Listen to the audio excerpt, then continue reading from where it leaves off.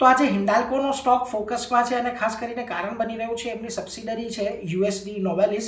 એના ન્યુયોર્કના ઓસ્વેગોની અંદર આવેલા પ્લાન્ટમાં બીજી વખત આગ લાગી છે. બીજી વખત એટલા માટે કે અગાઉ સપ્ટેમ્બર મહિનામાં આગ લાગી હતી, ત્યારબાદ ફરી ઓક્ટોબરની અંદર આગની ઘટના ત્યાં આગળ બનતી દેખાઈ છે અને આ આગની ઘટનાને કારણે અમુક હિસ્સો જે છે પ્લાન્ટનો તે બંધ કરવામાં આવ્યો છે. કંપનીનું કહેવું છે કે ડિસેમ્બર અંત સુધીમાં ખાસ કરીને આ જે અસરગ્રસ્ત હિસ્સો છે તેનું કામકાજ શરૂ થતાં ડિસેમ્બર અંત આવી જશે.